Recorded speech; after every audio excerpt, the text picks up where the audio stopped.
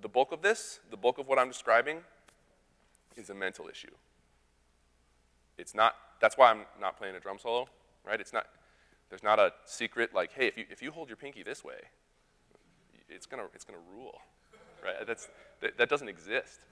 It doesn't exist in the drum set. It doesn't exist in any instrument. It doesn't exist in any art form or vocation at all, right? That's just not reality. But people, my students, people that I talk to, it seems like that's maybe a common perception that there is little things like that, and a drum clinic should be about those things. So because I don't think they exist, I'm not going to talk about that stuff, and I'm mainly going to talk about your mind, because I think that's the tool that's the only real trick involved, is how you think, in my observation.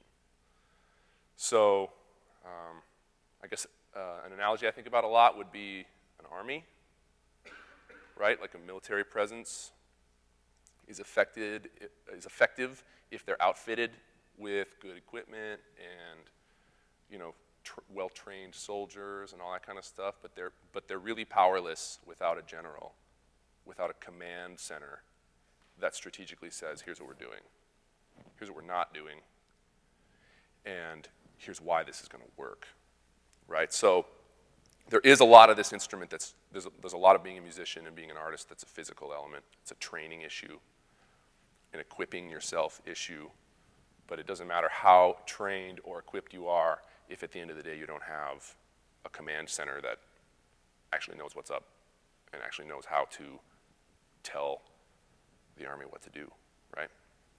So this whole thing is about not suffering from drummer disease, and we're going to fix that basically with your mind, okay? So here's my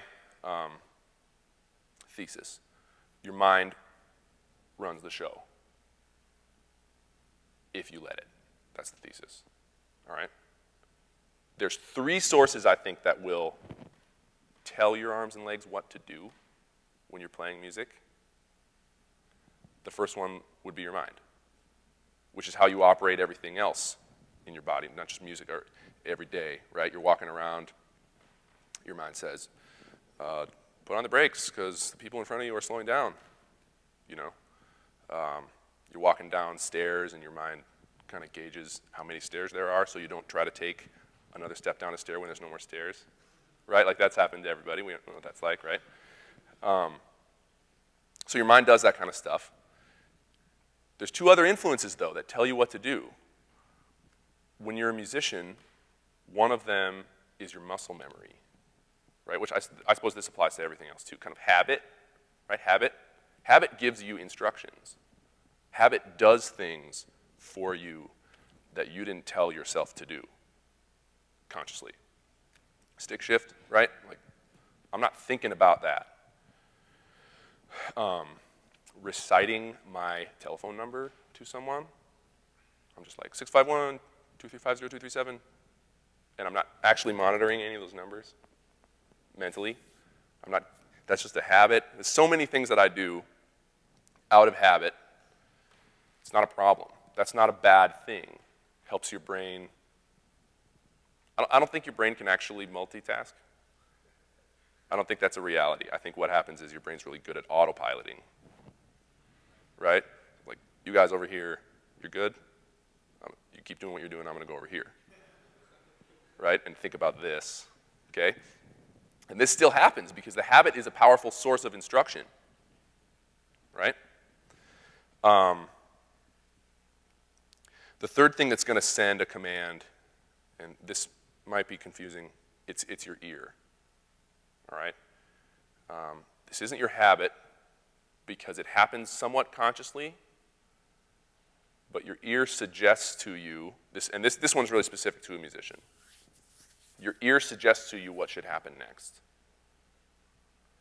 It's not a decision that you make with any sort of analysis or strategy, and it's not something that happens solely on habit.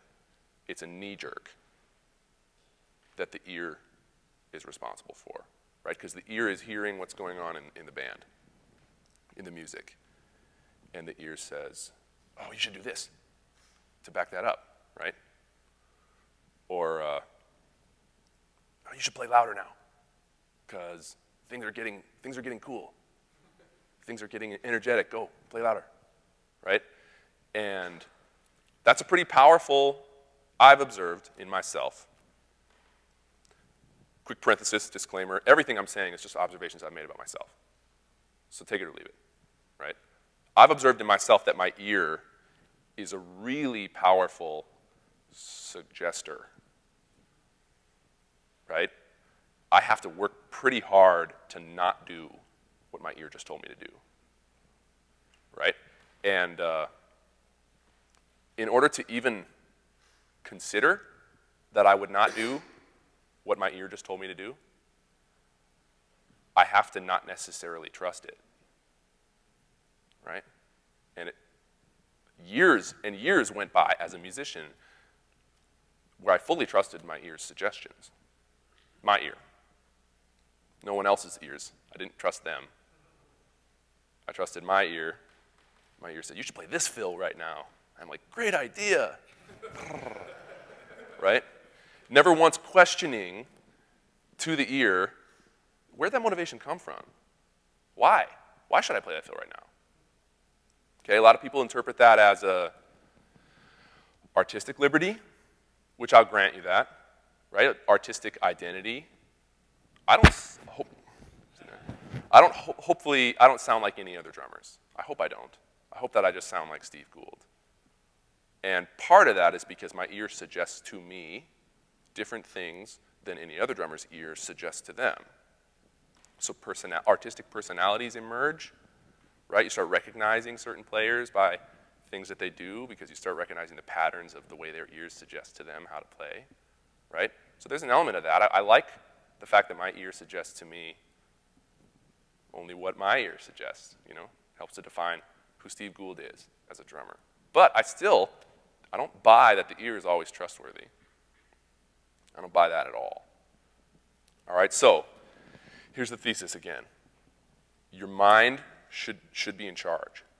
Your mind is the most important of the three, but you have to let it be in charge, which means you have to question those other two, the habit and the ear, right? You've got to question them a lot because drummer disease mainly operates out of those other two, right? Your habits do things, your ear suggests things that are not good. They're not helpful. Nobody appreciates those things. Except as a drummer disease sufferer, you still do them. Just hook, line, and sinker, you're buying it. Your habits in your ear, right? Okay, so I guess I want to frame a few ways that, does anybody have any questions so far? Anything that I've said that you're not tracking with? Because this is all kind of like the foundation. We're good. All right, great. I want to suggest a few things to do to empower your mind. All right, a few things to do to give your mind the advantage over the other two in making the actual decisions. All right, one of them is a perspective issue. One of them is realizing that this chair, the drummer's chair, is a warped perspective. The way that you hear things from this seat is not how anyone else in the world hears them, right? No one has the view that you have, partially because no one knows what's going on in your mind but you, right? So you know, as the drummer, what's coming next. You know what you plan on doing in a second. You know that you didn't totally mean to do what you just did, right?